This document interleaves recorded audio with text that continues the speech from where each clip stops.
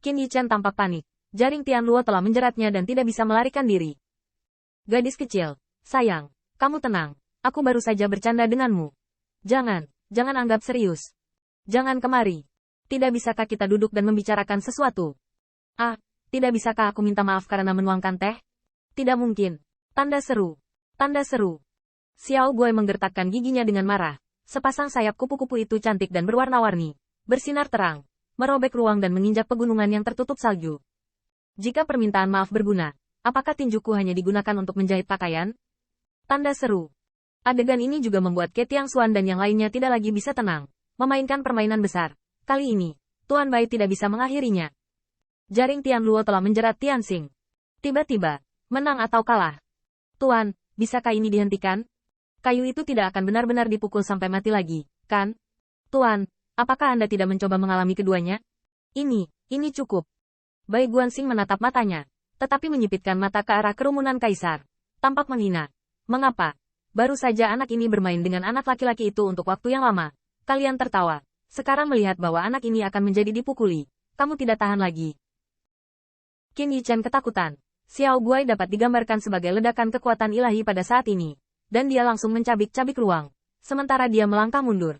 Melayang dalam ruang dan waktu. Seperti kepingan salju. Menari dengan angin.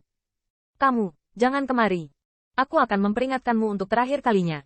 Kamu adalah kaisar. Dan aku hanya selangkah lagi dari kaisar. Benar-benar robek. Tidak ada dari kita yang bisa meminta penawaran. Kaisar. Nenek bibi saat itu. Tapi dia adalah seorang kaisar yang kuat. Xiao Guai tertawa. Dan melangkah keluar. Membuat dunia bergetar. Dan prestise kekaisaran yang mengesankan berubah menjadi benang yang sangat sulit ditangkap. Membuat Qin Yichen tampak seperti dibuat menjadi boneka dengan tali. Dan gerakan sekecil apapun seperti hidup. Dicekik. Mata Qin Yichen tidak bagus. Ekspresinya ketakutan. Sebelum prestise kekaisaran Xiao Guai benar-benar menyegelnya. Dia buru-buru melarikan diri ke ruang dan waktu dan mulai melarikan diri dengan panik. Lari, kemana kamu bisa pergi?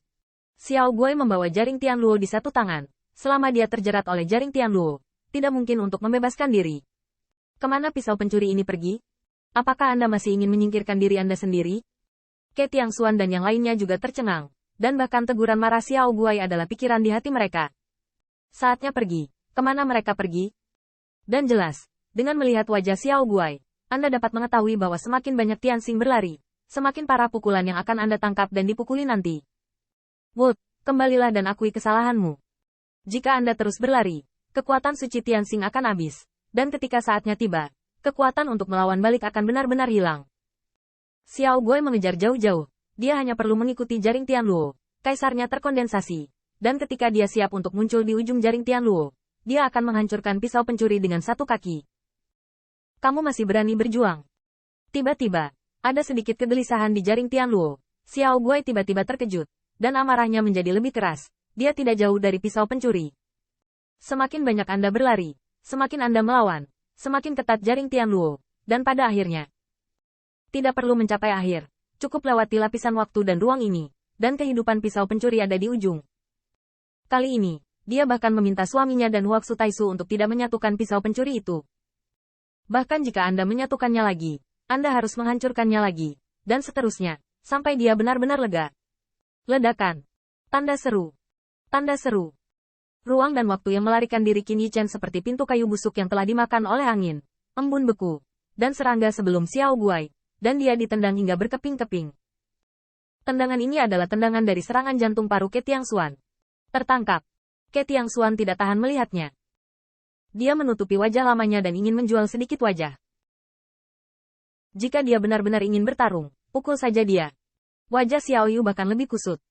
Xiao Guai dan dia seperti saudara perempuan. Dan mereka sama sekali bukan saudara perempuan plastik seperti Putri Wenxing dan Ziyushu. Saudara Tianxing juga kakak laki-lakinya. Dia benar-benar tidak tahan melihat mereka berdua begitu berbeda. Namun, saudara Tianxing benar-benar menyinggung Xiao Guai dari awal sampai akhir. Ledakan. Tanda seru. Tanda seru. Ruang dan waktu hancur. Dan Putri Wenxing telah berdiri. Dia sepertinya telah melihat kayu melingkar di sudut dan dengan gila dihancurkan oleh bocah lelaki itu. Akhir yang menyedihkan dan pantas. Namun, adegan di hadapan Putri Wenxing yang tertegun. Dan dia bahkan lupa untuk memohon kepada Xiao Guai. Saya melihat bahwa tirai salju ditendang terbuka di atas salju putih. dan jaring Tianluo mengencangkan Qin Yichen begitu erat sehingga dia tidak bisa bergerak. Namun, itu bukan Qin Yichen, tapi lengan patah yang terjerat oleh jaring langit. Ini, orang kuat itu mematahkan pergelangan tangannya dan meninggalkan mobilnya agar tetap tampan. Pada saat itu, pupil mata semua orang menyusut, dan tubuh mungil Xiao Guai semakin bergetar. Tiba-tiba dia menoleh, hanya untuk melihat seberkas cahaya pedang di dunia. Qin Yichen berdiri dengan lengan terputus, dan celah telah dibuat pada jintu aslinya. Tetapi pedang yang patah itu tampaknya membuat pedang lebih kuat. Dia memotong jaring surga, tetapi dia mampu memotong lengannya. Pisau ini sangat bersinar bahkan di sekitar Xiao Guai. Bayangan Qin Yichen yang telah menendang dan bermain dengannya jauh-jauh sebelum berubah menjadi sinar cahaya pisau. Menebas kekuatan kekaisaran Xiao Guai setiap inci, dan berkumpul padanya. Xiao Guai melihat ke belakang dengan tiba-tiba. Dia sepertinya menangis pada saat itu. Tetapi sayap kupu-kupu yang menutupi langit dan matahari tiba-tiba menghalangi matanya yang merah cerah. Kupu-kupu menyebar ke seluruh dunia, dan kecemerlangan indah yang tak terhitung jumlahnya bermekaran, seperti bunga yang mekar penuh. Tetapi itu bisa membuat mereka yang tersentuh oleh bunga dan gulma merasa sangat dingin. Namun, ketika sayap kupu-kupu Xiao Guai terentang, tubuh mungilnya yang melengkung di sayap kupu-kupu bergetar. Karena ketika dia menoleh, dia menemukan bahwa dia pada awalnya benar. Tetapi pada saat dia memperlihatkan posisi punggungnya, dan ada secerca cahaya yang mekar. Bas! Pedang Wukong, terhunus. Segera setelah cahaya pedang keluar dari sarungnya, saya melihat kelahiran dan kematian alam semesta, seperti kecemerlangan asal mula segala sesuatu, melalui sayap kupu-kupu, menyelimuti anak kecil itu. Pada saat itu, Xiao Guai hanya merasa bahwa pakaian brokat surgawi di tubuhnya ketat, dan alam semesta ini akan menariknya masuk sehingga dia tidak bisa mengambil pakaian brokat surgawi. Dunia ini secara mengejutkan sunyi, hanya langit cahaya pedang yang berkumpul, dan dua Qin Yichen sebelum dan sesudah. Apakah itu cahaya pedang atau sosok, tampaknya bergabung menjadi satu. Tubuh masa depan. Orang ini. Sejak awal, aku memberhentikan diriku dan menggunakan tubuh masa depanku untuk menyergapnya. Tidak. Itu adalah lidah yang fasih, mencoba membujuknya untuk tenang dengan omong kosong yang tidak berguna. Tetapi ketika dia benar-benar menunda waktu, dia sudah mulai membuat pengaturan untuk masa depan. Ketika kedua pedang itu melesat dari depan dan belakang, Xiao Guai tahu bahwa dia telah kalah. Ledakan. Tanda seru. Tanda seru. Dua pedang bercahaya. Salah satunya adalah cahaya kemasan seperti tumas yang membuat 9 hari gemetar. Ujung pedang mengarah ke depan Xiao Guai. Bilah Wukong di belakangnya seperti gips alam semesta, dan bilahnya sedikit lebih lebar dari jintu.